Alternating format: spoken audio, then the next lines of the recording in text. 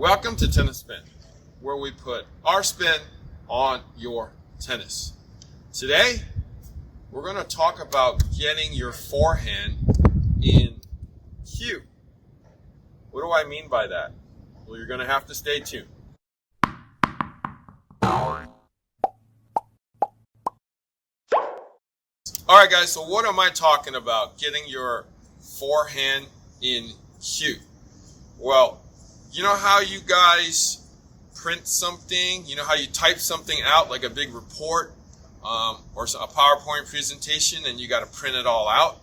Well, you send it to the printer and the printer puts it into cue as to when that print job will get going, right? So what I'm talking about with a forehand is, just like Coach Andrew here, he basically gets going with his forehand by doing this motion here. But, right, no matter what, he always gets it in cue, and that looks like this. He always has it right before he pulls it forward. It always looks like that. The butt cap's always facing the opponent or the other side. The racket is basically sitting on the table, kind of like this, right? I don't know if Coach Andrew realizes that, but all his years of training has basically got him here, like pretty much 100% consistent. And I call this position cue.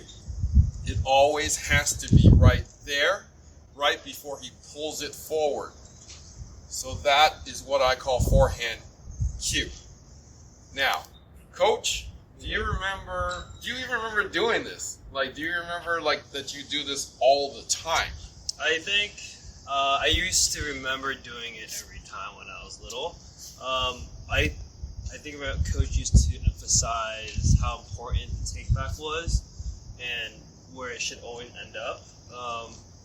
And that's why it's very important, because a lot of back in the day when you had the big over swings and stuff, it was great. When you had time, it was a beautiful shot. But when you start realizing the game's becoming a lot faster, everyone can hit hard, right?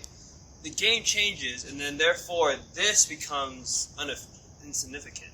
Basically, you can't time it anymore. It almost becomes a lack of a forehand, right? A big swing like this anymore cannot cut it in today's game. So that's why we try to teach a more compact and a efficient forehand. So that's why we make the forehand look so simple. Even look at Tsitsipas or even Federer. He was the first person to modernize the forehand. They all take it back here, and then for us, it's less to think about. It's more consistent, and when you start drilling it, right, it becomes second nature. And for me now, I still remember it, but I'm so naturally aware of it now that it becomes second nature to me. Go ahead and put your racket in cue for me. The racket's basically sitting on the table at this point, right? Butt cap facing the opponent, okay? This is the moment right before Coach Andrew fires, right? Now, does your racket look like this, right? Or are you in a different spot? Because Coach Andrew's been hitting this forehand for probably 10 years plus, and it's always going to look like this. So this is the final moment in which the racket stays back here before it literally gets launched up forward. Now, that's where all the power is going to come from, right? Because you're basically in that position here, and everything's now going to have to fire, and then the wrist comes through, right, to snap through. So that's where all of the power comes from. Everything from the legs, up to the hips, up to the shoulders, into the arms, the wrist, right? It is the defining moment right before a ball is struck, where it all comes together. Now, do you get your racket in this position? Right? I would probably videotape yourself and see if you actually get to cue. Okay? Now, Coach Andrew, I'm going to feed you some balls, and we're gonna try to slow-mo your cue. Okay? Sounds good.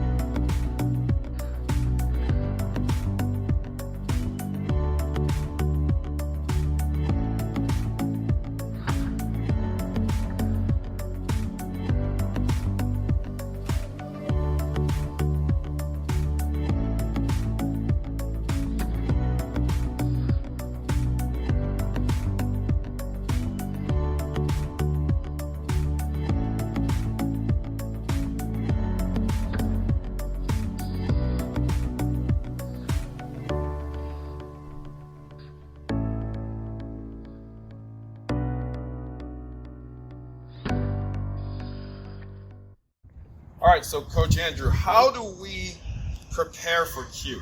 Like, what's the best way to prepare for cue? That's a great question. I would say the biggest thing is an early take back. What I mean by an early take back is, like I always explain in the videos before, if we can predict, or let's say if we hit a forehand during hitting a shot during a match, and we expect the ball to go on the forehand side, especially, or I want it to be on the forehand side, I especially take it back early enough. See how, like, instead of like me timing when the ball comes over to the net and bounces, that's where we get our old kind of style of tennis, is we try to time it by the bounce, and then therefore we're late, right? That's why you see all these forehands not going to cue sometimes, is because we're timing it off the bounce. So for me, it's, you want to take your racket back when you see it, or when you predict that's going to be on the forehand, or if you want to use your forehand. That's why it's when I start taking it back. And see how it's kind of efficient. I almost kind of push it out there to make sure it goes there. That's why it gives me time to actually get into cue.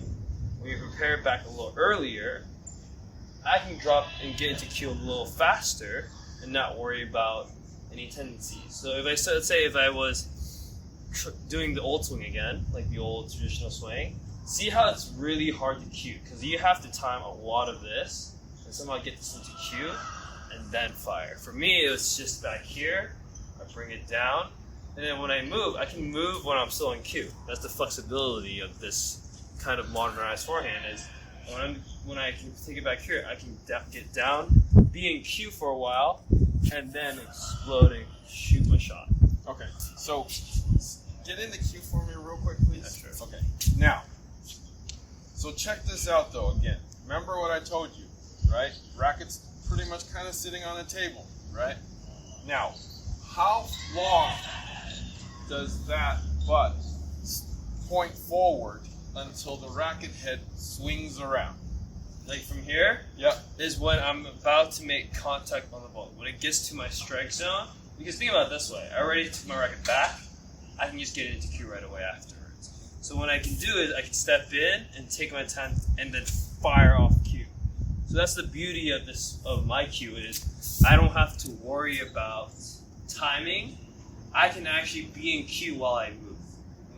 Especially, let's say it's a tough shot, like the people that struggle with are the low shorter balls, especially the sliced ones.